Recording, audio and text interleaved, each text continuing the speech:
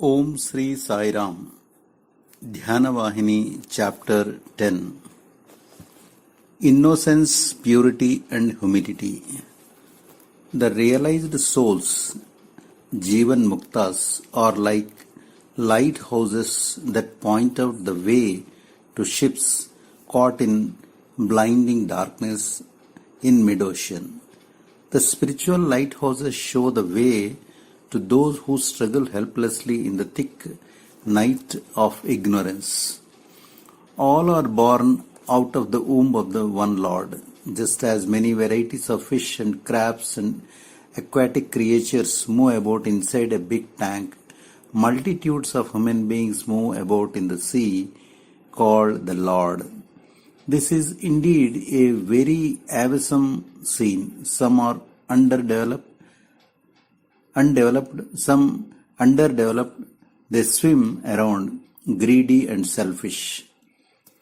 In the midst of this crowd of ignorant beings are a few highly developed souls, the wise jnanis and yogis. Since they are mixed up with the ignorant crowd, it becomes difficult to distinguish the wise from the others. A microscope is necessary to identify the red corpuscles in the blood. Similarly, a special microscope is needed to find the wise. The microscope is no other than meditation. This creation and the wonder with which it is filled is really a source of amazement. But considering present conditions, there are very few who watch for light and are guided by light. So, instead of following this person and that and taking devious roads and getting lost, it is best to place full faith in the Lord Himself and rely on Him as the only Mother, Father, Guru and Guide. Then you will never lose the right path. He will never direct you to the wrong path. To have that firm faith and that experience, one must take to meditation. That is the one and only means. It is enough if the name and form of the Lord is meditated upon with love, prema and faith, and you can choose the name and the form that you like most. Be ever joyful and sweet. For this spiritual discipline, you must cultivate the quality of always being joyful. With a smile on your face, this will give you good distinction. People will always like you more, so the Lord will always have joy upon seeing you. Therefore, observe meditation with innocence, purity and humility. Then, without fail, you can attain whatever you strive for. Don't lose your temper in any situation. Do not lose courage in any contingency. Respect everyone, whatever their status. Then the quality of universal love, prema, will develop in you. As a result, meditation will progress without disturbance. For the cure of illness without resort to drugs, meditation is the only remedy. Even the capacity to discriminate and analyze will increase, and by means of that, illness, however serious, can be overcome. In every word uttered, there are two kinds of senses, the obvious and the innate, the native and the qualitative. The Upanishads take up the second kind and elaborate, clarify and make the Brahman known. One important thing to be remembered is that it is possible and desirable to utilize the full power of words through softness and sweetness. If one is anxious to see God in every object, the sweetness of the word will be of immense help. Sir, Master, Lord, in these words lie the secret of much affection and regard.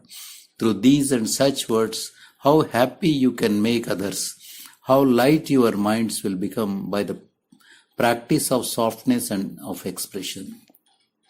When meditation is carried on in that happy atmosphere, how quickly concentration can be attained. Instead, if in conversation you use words that blame others and despise them, in turn, you become the target of blame and your mind gets agitated by the effect of both. Then the object of meditation is not realized because the atmosphere turns impure. Therefore, if you really wish to be happy through meditation as a preliminary to the process, you must be engaged either in joyful conversation or in happy thoughts or memories.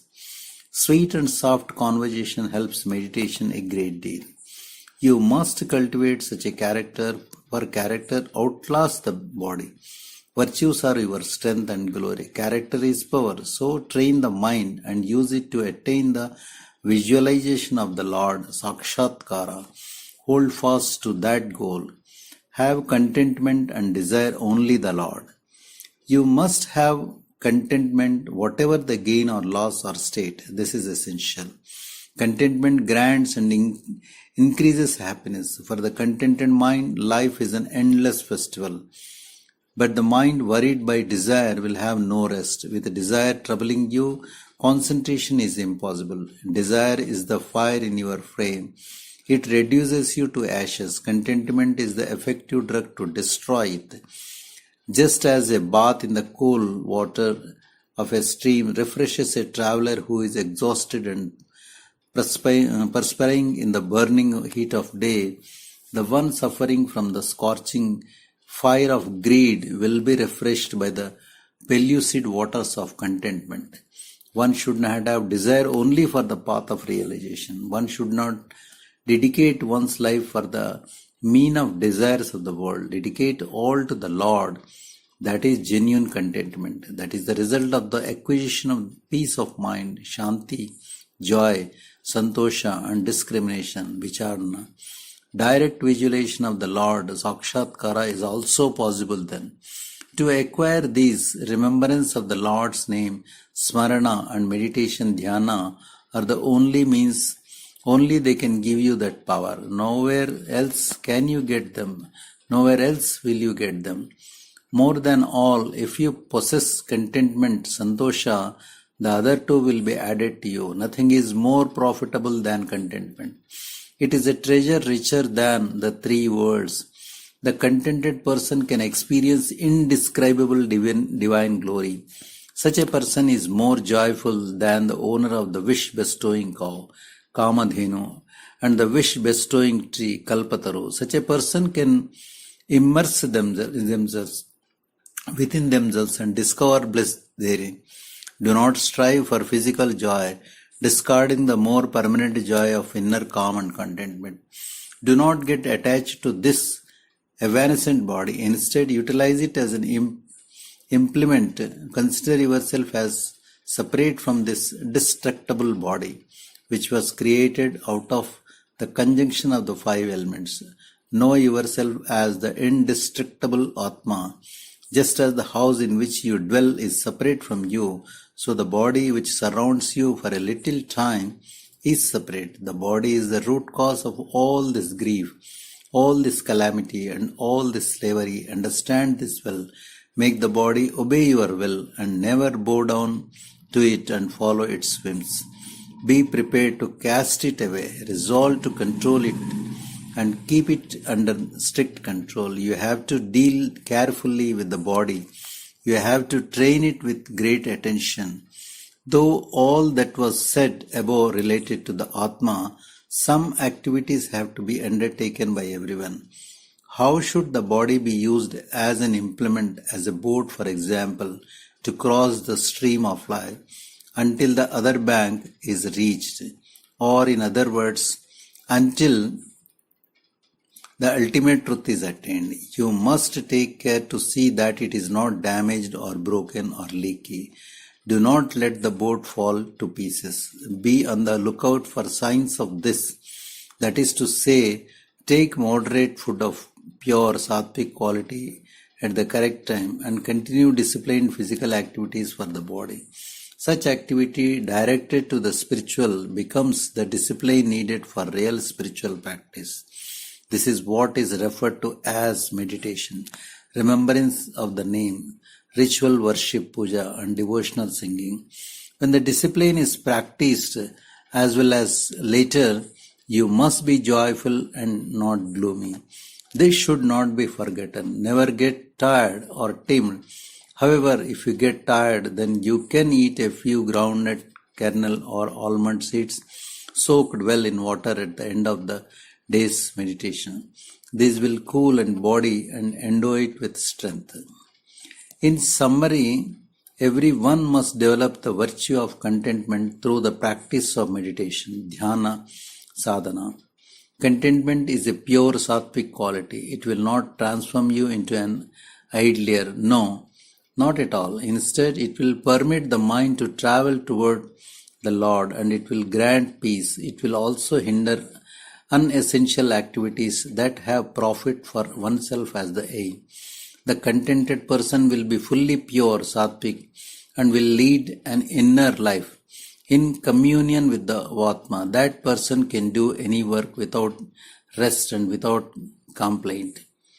The waves of the mind which sway in many directions get a single aim.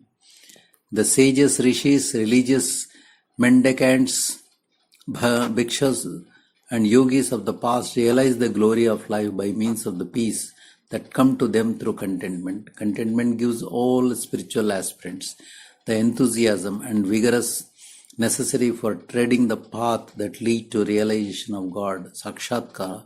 Contented thus, the aspirant can ignore the dangers and difficulties of the path.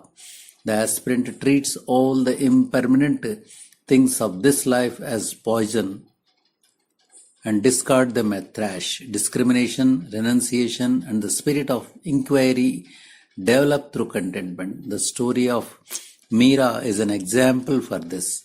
Understand well the stories of Radha, Jayadeva, Gangura, for they will teach you the truth. Jai Sai Ram.